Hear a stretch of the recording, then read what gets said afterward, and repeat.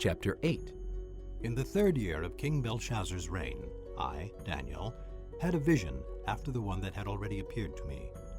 In my vision I saw myself in the citadel of Susa in the province of Elam. In the vision I was beside the Ulai Canal. I looked up, and there before me was a ram with 2 horns standing beside the canal, and the horns were long.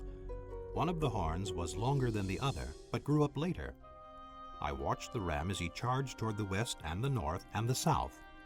No animal could stand against him, and none could rescue from his power. He did as he pleased and became great. As I was thinking about this, suddenly a goat with a prominent horn between his eyes came from the west, crossing the whole earth without touching the ground. He came toward the 2-horned ram I had seen standing beside the canal and charged at him in great rage. I saw him attack the ram furiously, striking the ram and shattering his 2 horns. The ram was powerless to stand against him. The goat knocked him to the ground and trampled on him, and none could rescue the ram from his power. The goat became very great, but at the height of his power, his large horn was broken off, and in its place 4 prominent horns grew up toward the 4 winds of heaven. Out of one of them came another horn, which started small but grew in power to the south and to the east and toward the beautiful land. It grew until it reached the host of the heavens, and it threw some of the starry host down to the earth and trampled on them. It set itself up to be as great as the prince of the host. It took away the daily sacrifice from him, and the place of his sanctuary was brought low. Because of rebellion, the host of the saints and the daily sacrifice were given over to it. It prospered in everything it did, and truth was thrown to the ground.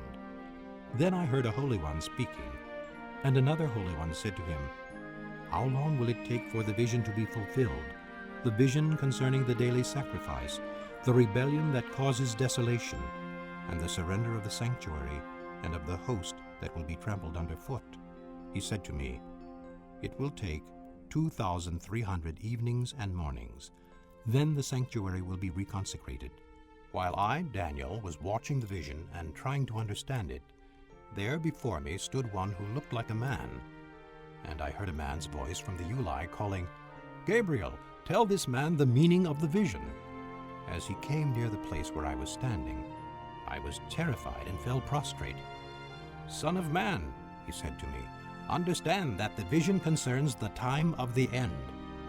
While he was speaking to me, I was in a deep sleep with my face to the ground.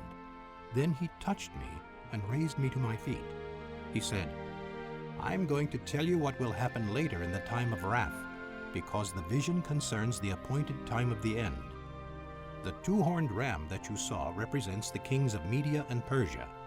The shaggy goat is the king of Greece, and the large horn between his eyes is the first king. The 4 horns that replaced the one that was broken off represent 4 kingdoms that will emerge from his nation, but will not have the same power. In the latter part of their reign, when rebels have become completely wicked, a stern-faced king, a master of intrigue, will arise. He will become very strong, but not by his own power. He will cause astounding devastation and will succeed in whatever he does. He will destroy the mighty men and the holy people. He will cause deceit to prosper, and he will consider himself superior.